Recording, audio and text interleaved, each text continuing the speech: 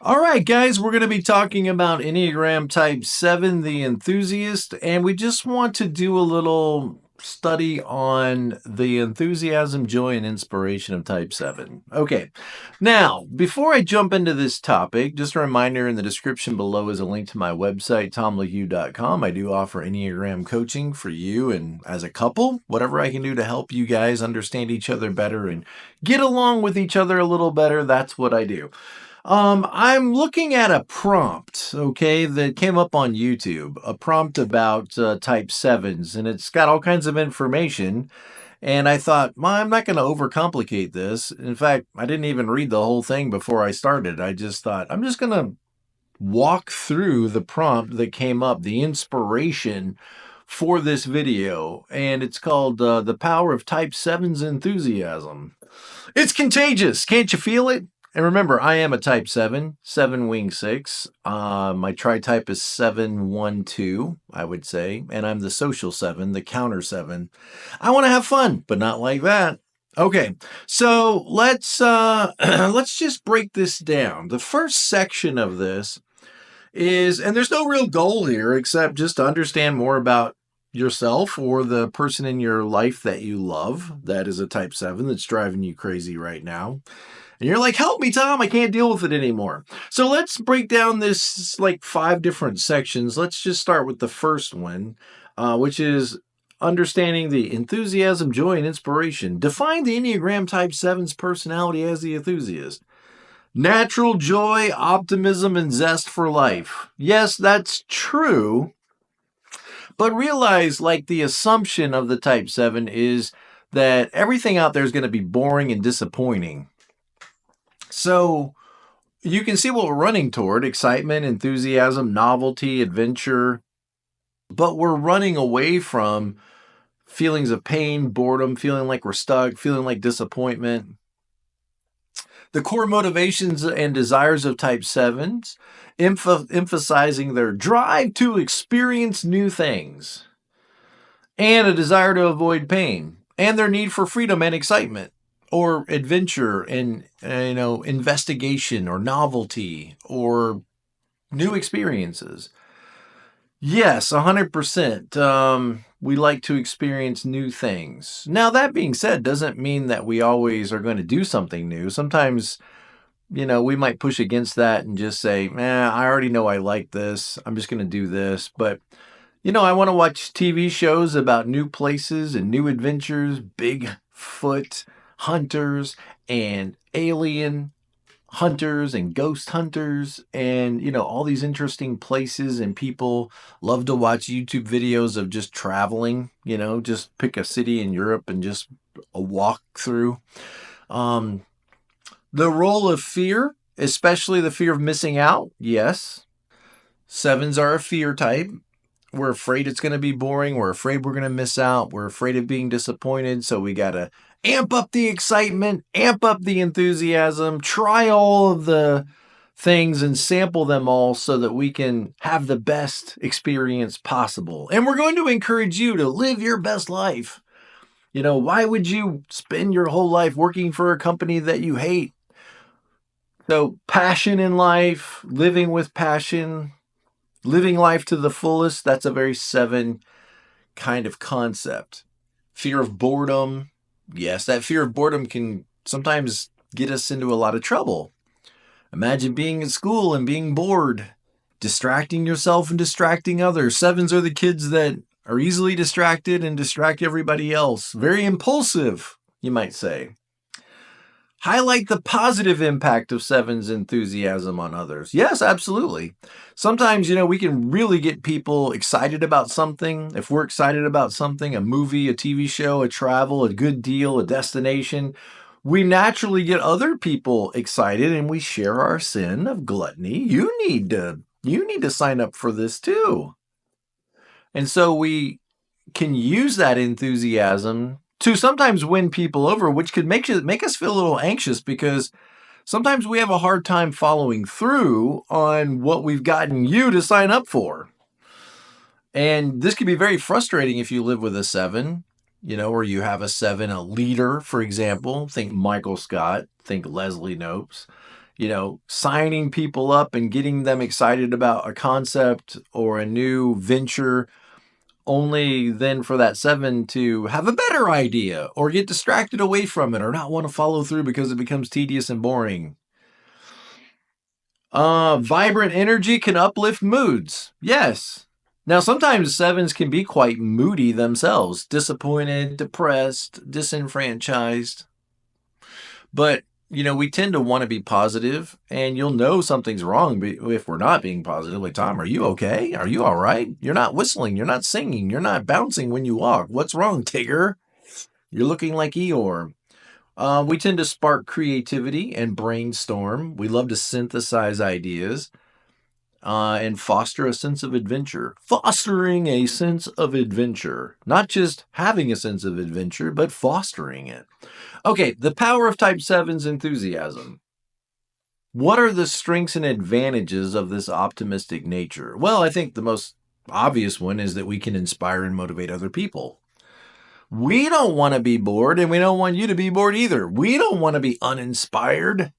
And so we're going to find something out there to be interested in. And if we can't, we're going to feel like there's a big problem in life. We're going to find something to be interested in, something to do, something to care about, some cause, some activity, some hobby, some interest. And then we inspire other people to be interested in those things as well. Driving innovation, creating a positive environment, those are all good things. Infectious energy that motivates other people. That can be a very good thing as long as we're willing to follow through on those commitments that we make. The challenges of type 7's enthusiasm: impulsivity, procrastination, more about that later, avoiding difficult emotions. So look at those 3 things: impulsivity, procrastination, and avoiding difficult emotions. What's that going to do to somebody when they have those problems? So we want to recognize the potential pitfalls of their impulsivity and distraction. It's hard to stay focused. It's hard to finish something. When I was going through school, there were many times I wanted to quit. Many times I wanted to quit. And I would just make myself counter 7. Make myself do what needs to be done. And, if we have a hard time with that, it can lead to procrastination and difficulty completing our tasks. Nothing worse than being a 7 and having to do a book report, on something we don't want to read. I don't want to read Huckleberry Finn. I don't care. Understanding the tendency toward avoiding difficult emotions, often seeking distractions to escape from discomfort. Right. Like, I need dopamine. I don't want, cortisol? I don't want cortisol. I want dopamine. And so constantly having to get up and change something, constantly flipping through television channels, looking for what else is on, constantly needing sweets and desserts and candy, constantly, sexual appetite. There's a lot of ways that this could show up in a person's life, of chasing after dopamine and feeling stuck and bored and, everything's fine. A 9 might say, everything's fine. What's the problem? But if I don't have something novel or something new or something I care about that's interesting, procrastination and completing tasks. Okay, often seeking distractions to escape discomfort. Escape artists. Type 7, the teleporters who teleport away from discomfort. That can be a good thing sometimes. Sometimes you need to get away from all that. People can get really bogged down in all that heavy stuff, right? And you might have a 7 in your life that helps you move away from that stuff and just has a good time. Just relax and have a good time. It says here I should address the needs for self-awareness and balance in order to harness their enthusiasm while mitigating the potential downsides. Honestly, I have no idea what I just read. Be more self-aware and balanced so that I can take advantage of that enthusiasm and use it for good. And make sure that I don't let myself get caught up in the negative aspects of what could happen by being so distracted all the time. I think that's what it's saying. I don't know. Put your comments in there. Harnessing Type 7 Energy, a guide to growth for productivity and personal fulfillment. This says, that we want to channel our enthusiasm into productive pursuits by setting realistic goals and breaking down large tasks into manageable steps. Okay. Yeah, that makes sense. It's just saying when you have this ability to be enthusiastic about something, it's almost like you're running downhill at it. Well, make sure that you pick a topic that is meaningful. Make sure you pick something that's interesting. Maybe not Pokemon cards, or Star Wars action figures. I see YouTube channels of sevens with their Star Wars collection, their Transformer toy collection, their cologne collection. They've got tons of stuff that they're collecting, guitars that they're collecting.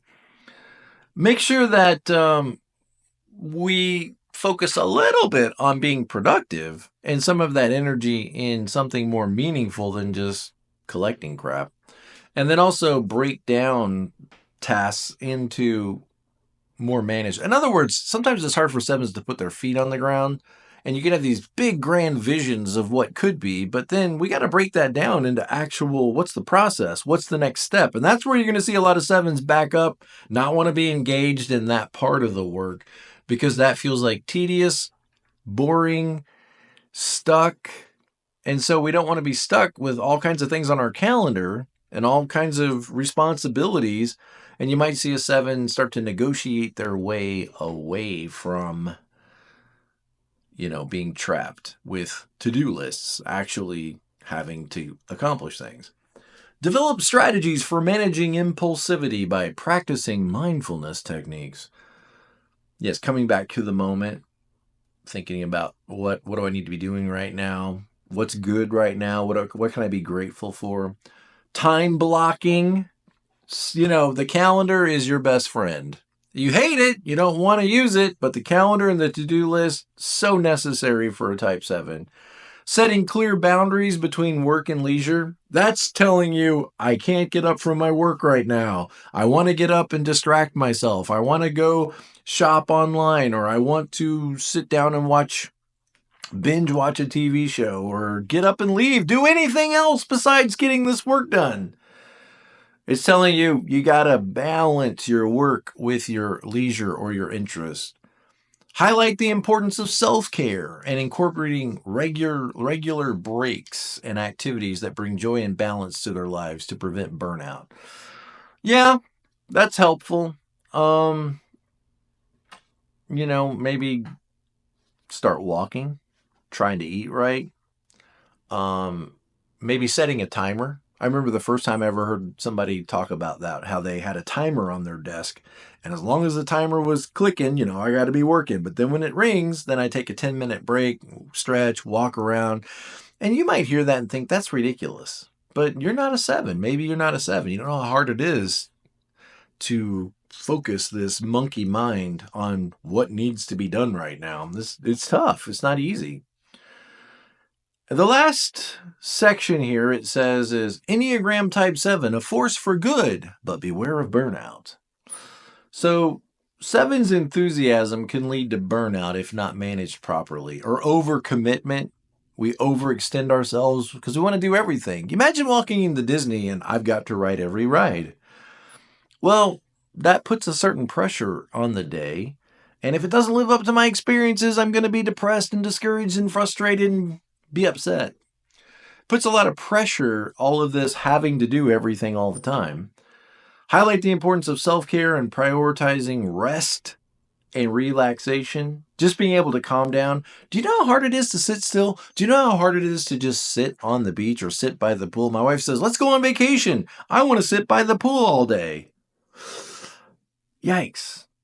That feels impossible. It's the simplest thing in the world, doing nothing, but yet why does it feel so difficult to do that? To make yourself get grounded, to make yourself be present, to make yourself be okay doing nothing. Think of it like this. If I could do nothing and be okay, then I could do anything and be okay. Instead of doing fun things all the time, what if I could learn to do all things with some level of fun? I'd be a lot healthier 7. I would be bringing the fun and excitement rather than chasing it all the time. The last thing is encourage 7s to recognize their limits and set realistic boundaries to avoid overcommitting. Yes, boundaries are necessary for all of us. And it's not easy to have boundaries sometimes, especially with yourself. I've eaten enough cake. I don't need any more. I've watched enough TV. I don't need any more. I've bought enough of those things. I don't need any more. I need to appreciate and enjoy what I have. All right, guys, the struggle is real. And if you're a 7, you get it. It's not all fun and games. There can be some real depressing and difficult times sometimes, even as a 7. I'm here to help. If I can help you in any way, please reach out to me and we'll keep working together. All right, take care. Be present to life. I'll see you next time.